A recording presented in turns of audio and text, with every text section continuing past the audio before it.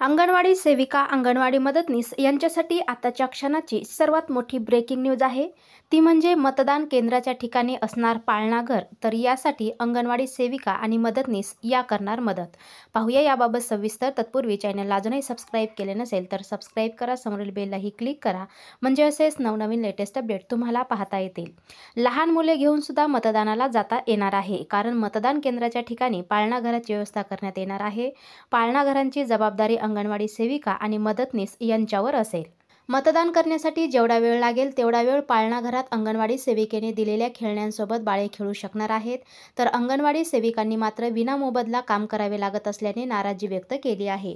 महिला मतदारांनी घराबाहेर पडून जास्तीत जास्त मतदान करावे.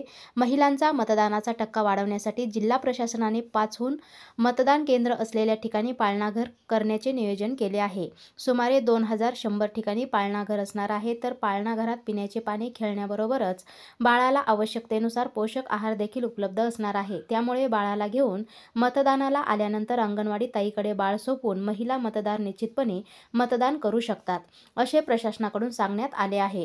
लोकसभा निवडणुकीत पुणे शहरातील काही मतदान केंद्रावर पाळणाघरातील अंगणवाडी सेविकांना जेवण देखील मिळाले नसल्याच्या तक्रारी करण्यात आल्या होत्या. याबाबत एक अंगणवाडी सेविका म्हणाली, आम्हाला मतदानाच्या या कर्तव्यात काम करण्यास मिळते याचा आनंद आहेच, परंतु प्रशासन केवळ आम्हाला आदेशच देणार आहे का?